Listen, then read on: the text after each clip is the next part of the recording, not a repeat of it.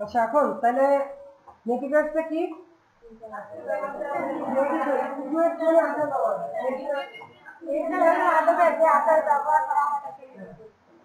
ইন্টারনেটের মাধ্যমে আচার ব্যবহারটা কিভাবে করবো? ইন্টারনেটের মাধ্যমে আচার ব্যবহার কার সাথে করবো? মানে কোনো দরকার আছে না ইন্টারনেটের মাধ্যমে আচার ব্যবহার করার? আছে? কার সাথে করবে? আচার আচরণটা আপনি দেখাবেন বা আপনি ব্যবহারটা তো করবেন, কার সাথে করবেন? আপনার পরিচিত মানুষ বা অপরিচিত মানুষ হোক, তাই না? মানে ইন্টারনেটে যখন যাবেন আপনি অনলাইনে যখন যাবেন তখন কি সব মানুষজন আপনার পরিচিত হবে না? তাহলে আপনার ফেসবুকের কথা বলি, আপনার কিছু ফ্রেন্ড আছে পরিচিত, কিছু ফ্রেন্ড আছে অপরিচিত, এবং আপনি যখন তাদের সাথে কথা বলবেন তখন আপনার বন্ধুদের সাথে ঠিক আছে একরকম ভাবে কথা বলবেন, কিন্তু বন্ধুর বাইরেও তো ওখানে আরো অনেকজন মানুষজন থাকবে, তাই না? আপনার পরিচিত জন থাকতে পারে, অপরিচিত জনের সাথে আপনার বন্ধুত্ব হতে পারে। যখন বন্ধুত্ব শুরু করবেন তখন কি আপনার আপনার বাবার একরকম থাকবে, মানে মানে সকলে একরকম থাকবে এবং নেক্সট টাইমে আরেকরকম হবে, তাই না? এখন মনে করেন আপনার ফোনে পরিচিত জন যখন ফোন করে তখন আপনার কথা বলার ধরন কেমন থাকে? ইজি থাকে না? মানে আপনার পরিচিত জন কথা বলতেছে, আপনার কোনো প্রবলেম নাই বা আপনার বান্ধবী কল দিচ্ছে তখন তো পরিষ্কার করেই কথা বলে, তাই না? কিন্তু যখন একটা অপরিচিত নাম্বার থেকে কল আসে বা অপরিচিত কেউ ফোন দেয় তখন আপনার ব্যবহারটা কেমন হয়? আপনার বন্ধুর মতো হয় না? বন্ধুর সাথে যখন ব্যবহার করেন তখন কি যখন করেন করেন না, তাই না? তেমনি ইন্টারনেটে যখন আপনি একটা মানুষের সাথে কমিউনিকেশন করবেন, যখন তার সাথে যোগাযোগ করবেন, কথা বলবেন, তখন আচার ব্যবহারটা হবে অন্যরকম। এই আচার ব্যবহারটা ভালো হতে পারে, খারাপ হতে পারে, কিন্তু আমরা খারাপ ব্যবহারটা কি করবো না? কেন করবো না? অপরিচিত লোকের সাথে আপনারা খারাপ ব্যবহার করেন না? এখন এখানে ব্যাপারটা হচ্ছে ইন্টারনেটের মাধ্যমে আমরা কখন আচার ব্যবহার ভালো করবো, খারাপ করবো, মানে এখানে খারাপ করার বিষয়টা আমরা আসবো না। আচার ব্যবহারটা আমরা কিভাবে করবো সেটা দেখবো। মনে করেন আপনার এখানে বলা হচ্ছে যে ই কমার্স, ই কমার্স মানে কি? ইলেকট্রনিক কমার্স মাধ্যমে কি করে? এখন ধরেন আপনি একজন ব্যবসায়ী, আপনি একজন ক্রেতা, যাই হোক আপনি ধরেন ব্যবসায়ী, এখন আপনার ক্রেতার সাথে আপনি কিভাবে মানে আপনার ব্যবহারটা করবেন? মনে করেন আপনি ইন্টারনেট বাদ রিয়েলিটি ভিতরে আছেন, আপনার একটা গার্মেন্টসের দোকান আছে, এখন আপনার দোকানে কাস্টমার আসবে, তাই না? আর আপনি তাদের সাথে যদি এমন ভাবে ব্যবহার করেন যে আপনি নিলেন না না নিতে চান, তাহলে আপনার জীবনও নেবে নেবে নেবে না। তারা প্রথমত আপনি নিজে একটু কাস্টমার হিসেবে ভাবেন, আপনি যে দোকানটা কিনতে যাবেন সেখানে কিন্তু আপনি চাইবেন আগে প্রথমে ভালো ব্যবহার, ভালো ব্যবহার যখন আপনি পাবেন তখন কিন্তু আপনার মানে 500 টাকা জিনিস 700 টাকা দেয়, আপনি কিন্তু আচার ব্যবহারে মন গোলায় দিয়ে আপনি কিন্তু জিনিসটা কিনে নেবেন, তাই না? এমনও লোক আছে যে 500 টাকার জিনিস কিনতে গিয়ে 1000 টাকার জিনিস কিনে নিয়ে আসে, আছে না? আপনারাই তো আছেন, কিভাবে হয় এটা? ব্যবহারের মাধ্যমে আপনার ওদের বিক্রয় কর্মী বা দোকানদার যখন আপনাদের সাথে একটু ভালোভাবে ব্যবহার করে বা আপনাদের সাথে এমনভাবে জিনিসটা বোঝায় দেয় যে না এটা ভালো এটা ভালো, কিন্তু এটা থেকে এটা বেশি ভালো, তাই না? তখন আপনাদের তো মনে হয় যে না এটা যখন কিনতেছি তাহলে আর একটু ভালোই কিনি, বেশি দাম দিয়ে কিনি, তখন তো ভালোটাই কিনি, তাই না? এই যে আচার ব্যবহারটা এটা যখন আপনি ইন্টারনেটের মাধ্যমে করবেন তখন এটা কি হবে? নেটিভেট নাকি? এই নেটিভেটটা আপনি কখন করবেন? মূলত আমাদের যখন কমিউনিকেশন করার প্রয়োজন হবে, ইন্টারনেটে মাধ্যমে শুধু কমিউনিকেশন করা যায় না, আরো অনেক কিছু করতে হয়, তাই না? যখন আমরা ইন্টারনেটের মাধ্যমে কমিউনিকেশনটা করবো তখন আমরা এই নেটওয়ার্কটা ব্যবহার করবো নাকি? এখন ফেসবুকের কথা বললাম, তোমাদের কথা যখন বলি, মনে করেন আপনার অনলাইন শপিং একটা অনলাইন শপ আছে, অনলাইন শপটা কি কেউ বোঝেন? অনলাইন শপ বুঝেন? হ্যাঁ মনে করেন আপনার অনলাইন বাদে অফলাইন মানে সরি, আপনার একটা দোকান আছে, দোকানে আপনি মালামাল আপনি পণ্য রাখতেছেন, প্রদর্শন করতেছেন, আপনার কাছে এটা আসলে আপনি বিক্রি করতেছেন, তাই না? এবং অনলাইনের মাধ্যমে এটা কিভাবে করবেন? অনলাইনের মাধ্যমে করতে হলে আপনারা অ্যামাজনের নাম শুনছেন না? অ্যামাজন একটা ওয়েবসাইট, এটা কেনাবেচা করা হয়, ই কমার্সের সাইট, বিক্রয়.com নাম শুনছেন? এখানে এরকম আচ্ছা ভাই শুনছেন তো অনেকে, তাই না? এখানে কি করা হয়?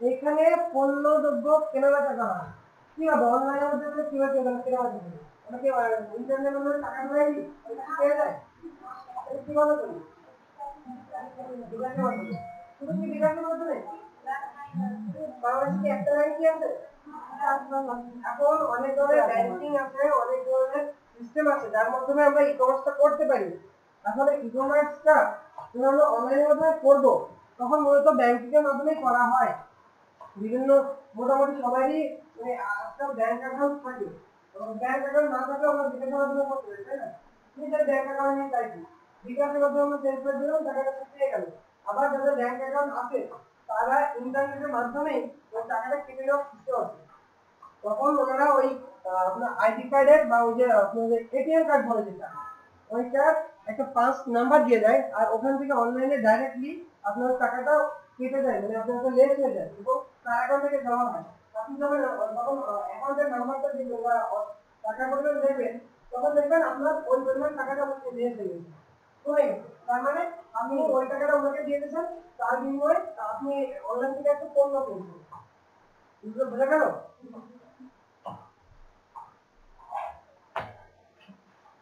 এখন এই যে অনলাইনের মাধ্যমে যখন কেনাবেচা করবেন তখন আপনার একটা নেটওয়ার্কের প্রয়োজন হবে তাই না আপনি যখন ক্রেতা হিসেবে আপনার অনলাইনে কেনাবেচা করবেন তখন আপনি একজন বিক্রয় কর্মী হিসেবে মানে দোকানদার বলবেন তো আপনি নেটের যে দোকানদার তার সাথে আপনি কেমন ব্যবহার করবেন ভালোভাবে তো করতে হবে তাই না এখন যদি আপনি তার সাথে ঝগড়া করেন যে আপনি এটা দেবেন না বা আমার 10 টাকা কমে দিতেই হবে তাহলে কি হবে নেটের মানে ইন্টারনেটে যখন আপনি কেনাবেচা করবেন তখন একটা ফিক্সড রেট থাকে বাইরে যখন আমরা করবো মানে ভার্চুয়ালিটির সাথে ফিক্সড রেট থাকে কিন্তু রিয়েলিটিতে আমরা ধরেন কিছু দরদাম করতে পারি কিন্তু ভার্চুয়ালিটিতে এই দরদাম করার কোনো সুযোগ নাই কারণ ওখানে ফিক্সড রেট দেওয়া আছে আপনার যে জিনিসটা কিনবেন সেটার একটা ছবি দেওয়া আছে আপনি ছবিটা দেখে আপনি চয়েস করবেন চয়েস করার পর আপনার ভালো লাগলে আপনি তবে অর্ডার করবেন যে আমার এই জিনিসটা দরকার বা এই জিনিসটা লাগবে আমার অ্যাকাউন্ট নাম্বার এই এখান থেকে টাকা কেটে যখন অ্যাকাউন্ট নাম্বারটা দিবেন তখন টাকাটা কেটে নেবে আর আপনাদের মানে ওই পণ্যটা যখন ডেলিভারি দিবে তখন আপনাদের নির্দিষ্ট ডেট দিবে যে এই ডেটের মধ্যে আপনার জিনিসটা আপনার বাসায় পৌঁছাবে তার মানে ঘরে বসে কিনতে করতে পারে তাই না বুঝলেন তো এটা হলো মূলত কিসের মাধ্যমে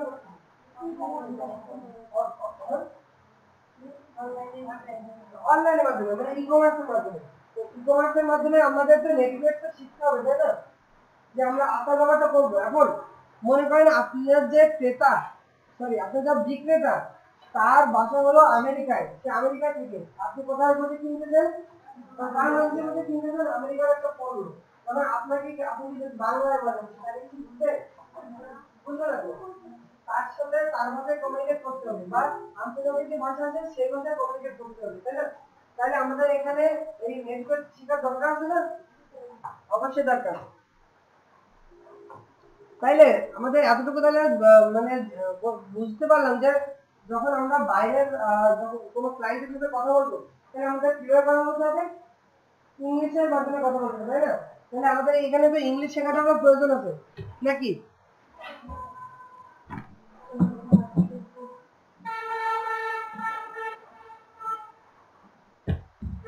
এখন দেখেন নেটওয়ার্কের পরে আপনাদের অপশন আছে basic English writing skill development correct uses of tense and past tense এখন এই ইংলিশটা শেখা আমাদের এখানে আমাদের কোর্সের ভিতরে শেখা টেন্স শেখা আর পার্ট অফ স্পিচ শেখা এখন এই টপিকটা আমরা আজকে আলোচনা করব না এই আলোচনাটা হবে কালকে ঠিক আছে এখন আজকে যে আলোচনাটা হবে সেটা হলো এই নেটওয়ার্ক নিয়ে আর আদার্স আপনাদের ইমেইল অ্যাকাউন্ট কিভাবে খুলতে হয় এটা নেট যেহেতু নাই আমরা অন্য একটা সিস্টেম করে নিয়ে এসেছি এটা তো দেখাই দিব আর যদি নেট আছে তাহলে আমরা আপনাদের নেট আমরা খুলে দিব নেট আছে এখন তাইলে নেটওয়ার্ক কি বলো তো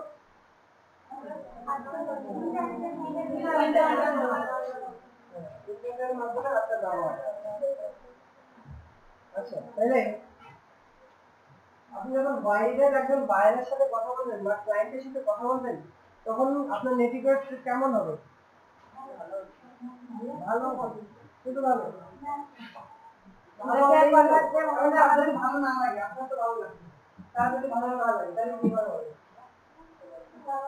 মনে করেন আপনার কাছে একটা কথা ভালো লাগলো, খুব ভালোভাবে বললি, সে বলতো না বা বুঝাই গেল কিন্তু তার ভালো লাগলো তাহলে কি করবো? তার ভাষায় বলতে হবে, তাই না? আচ্ছা, এখন তার ভিতরে একটা কথা আছে, আপনার নেটওয়ার্কটা শুধু ভালো হলে হবে না, আকর্ষণীয় হতে হবে। আপনি যদি নিজে একজন বিক্রয় কর্মী হন, মনে করেন আপনি একটা জিনিস বিক্রি করবেন ইন্টারনেটে, মানে আপনার একটা ধরেন কম্পিউটার ল্যাপটপ আছে, সেটা আপনি অনলাইনে ছবি তুলে ইন্টারনেটে দিয়ে দিলেন। এখন আপনার এই ল্যাপটপটা দেখে আপনি পছন্দ করলেন এবং সেটা কিনতে চাইছেন। এখন আপনি এখান থেকে বিক্রেতা, আর যে কিনতে চাইছেন সে ক্রেতা, তাইলে আপনার এখানে কি ভূমিকা পালন করতে হবে? বিক্রেতা।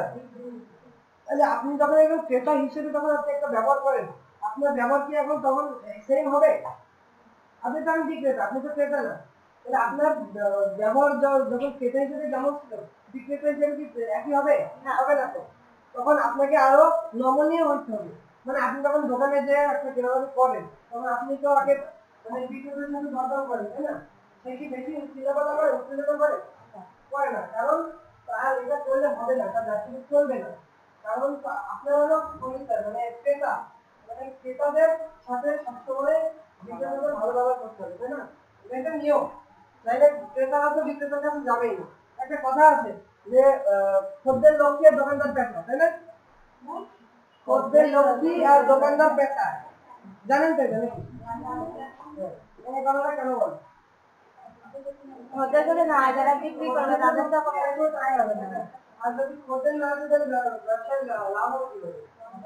হ্যাঁ, এই জন্য এই কথাটা বলা হয়।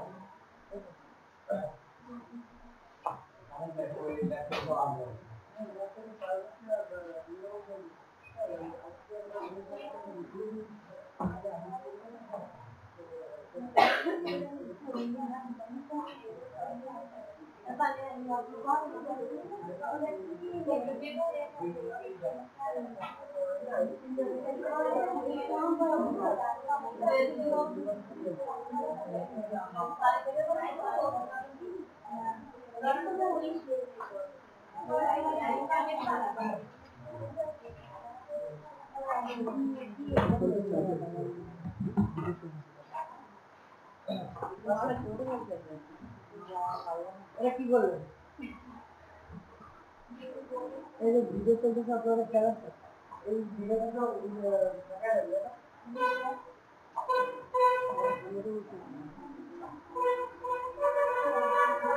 আচ্ছা, এখন আপনি যখন একজন বিক্রেতা, তখন আচার ব্যবহারটা একরকম হবে, আর ক্রেতা হিসেবে আচার ব্যবহারটা আরেক রকম হবে।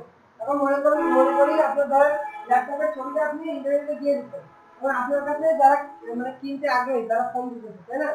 তখন আপনি কিভাবে কথা বলবেন তাদের সাথে? এটা কি একটা মানে ইকুয়েশনের উদাহরণ না? হ্যাঁ, ডিফারেন্স তো আসলে কেমন হবে যে আপনি নিয়ে গেলেন না নিয়ে না আপনি নিয়ে গেলেন না নিয়ে আমি এখানে তাহলে কি করবেন আপনি? প্রয়োজনে আপনি 200 টাকা 500 টাকা বাড়াই দিবেন, যাতে আপনি যদি জানেন যে ক্রেতার সাথে আপনি দরদাম করতেই পারেন, আপনি একটু বাড়াই দিলেন, দিয়ে যাবে আপনি এবার দরদাম করেন। দরদাম করে যখন আপনার 500 টাকা কমে যাবে, তার মানে আপনি এটা ঠিক ধরছিলেন, সেটা তো দিতে দিচ্ছেন। আপনি যদি ধরেন এটা দাম 20,000 টাকা ধরতেন, ধরে আপনি যদি ডাইরেক্ট 20,000 টাকা এটা দিয়ে দিতেন, তাহলে ক্রেতা ওখান থেকে দরদাম করতে করতো। এখন যদি আপনি এখানে 22,000 টাকা নিতেন, লেখার পরে বিক্রেতা কিন্তু সেই দরদাম করে আপনি কবে নিয়ে আসবেন? সেখানে 20,000, আর যদি 20,000 থাকতো তাহলে সেটা তো 18,000, তাই না? তার মানে আপনি যদি এখানে কিছু বেশি সামান্য বেশি দিয়ে দিলেন, তাহলে আপনার কিন্তু সেই ইয়েটা হতেছে, কিন্তু ক্রেতার সাথে আপনার সম্পর্কটা ভালো থাকবে। কি হবে? আপনি বেশি দাম দিলেন ঠিক আছে, কিন্তু ক্রেতা থাকবে যে না আমার একটু দাম কমাই দিতে হবে, আরো 2,000 টাকা কমাই দিতে হবে। এখন আপনি যদি 20,000 টাকা দাম দিয়ে বলেন 20,000 1 টাকাও আমি কম দেবো, তাহলে ক্রেতা এটা নেবে? তখন তারা বলবে যে এই লোকের ব্যবহার ভালো না, ল্যাপটপের সমস্যা আছে, এই জন্য বিক্রি করছি, যতই ভালো, তাই না? এটা হলো আপনার নেটিভেট, মানে ইন্টারনেটের মাধ্যমে আপনার আচার ব্যবহারটা। সুতরাং আপনি যখন এই নেটিভেটটা করবেন, তখন আপনাকে সবসময় মাথায় রাখতে হবে কি হবে ক্লায়েন্ট বা বিক্রেতা বা ক্রেতার সাথে আপনার ব্যবহারটা ভালো হয় বা আকর্ষণীয় হয়। আকর্ষণীয় না হলে মানে ক্রেতা যদি আপনার প্রতি আকৃষ্ট না হয় তাহলে আপনাদের পণ্যটা বিক্রি হবে না। হবে না কিন্তু। এখন এই নেটফ্লিক্সের যে ই-কমার্সের ব্যাপারটা বললাম, এটা ধরেন আমি বিক্রয়.com এর একটা উদাহরণ দিচ্ছি। যে বিক্রয়.com এ এরকম ছবি তুলে আপনার জিনিসটার মানে অ্যাডভার্টাইজ দেওয়া যায়, ওখান থেকে পণ্যটার দাম দেওয়া যায়, দাম লিখে দেওয়া যায়, তারা নাম্বারটা নিয়ে আপনাকে কল করে। এভাবেই ব্যক্তিগতভাবে আপনার এই হিসাব নিকাশ বা লেনদেনটা হয়ে থাকে।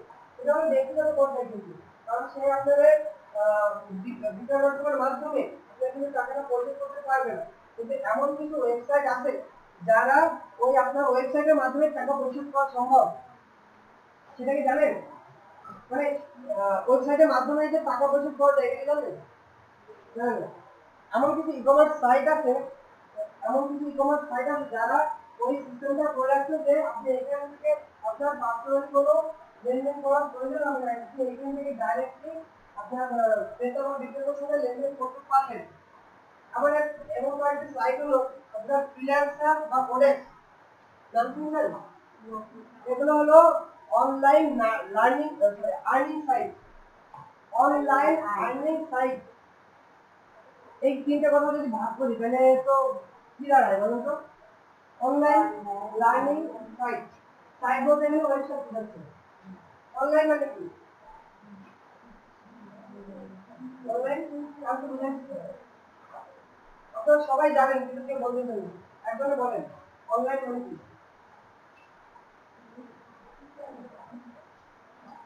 কথা বলেন না কেন আপনারা? গতকাল বলে দিচ্ছেন আমি অনলাইন অফলাইন কি? অনলাইন মানে বলতে নেই।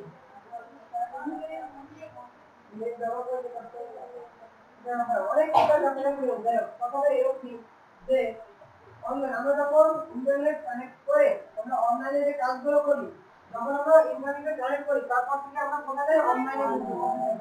আর ইন্টারনেট কানেকশন অফ করে আমরা যখন কম্পিউটার ব্যবহার করি সেটা হয় অফলাইন। তাই এই জিনিসটাকে আপনারা ভুলে গেছিলেন নাকি মনে ছিল না? মানে এটা হলো অনলাইন।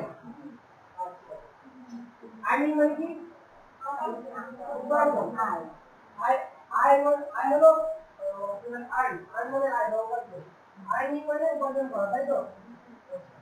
Online earning site.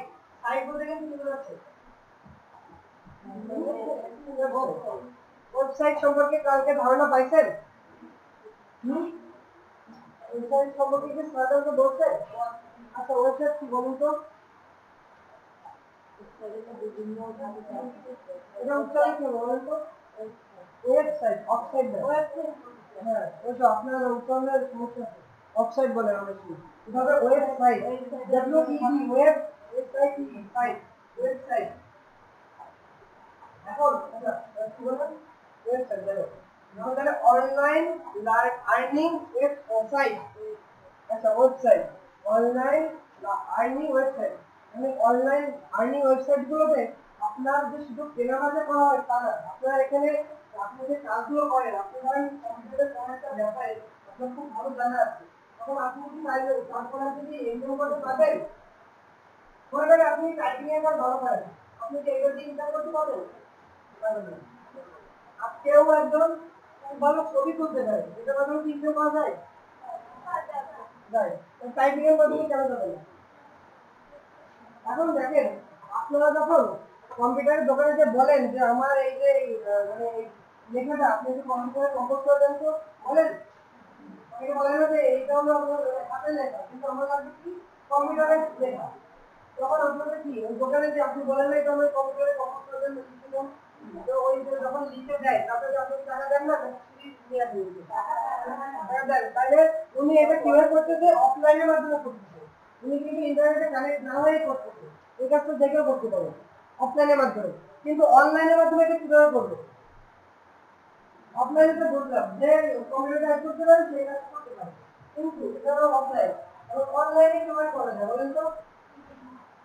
ধারণা জানতে হবে যে অনলাইনে কিভাবে করা যায়।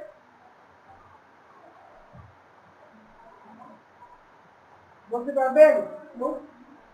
জানেন না, আইডিয়া নেই, কিভাবে করবেন? এখন অনলাইনের মাধ্যমে এটা কিভাবে করবো? এখন আমরা এখানে বলছি যে কিছু কিছু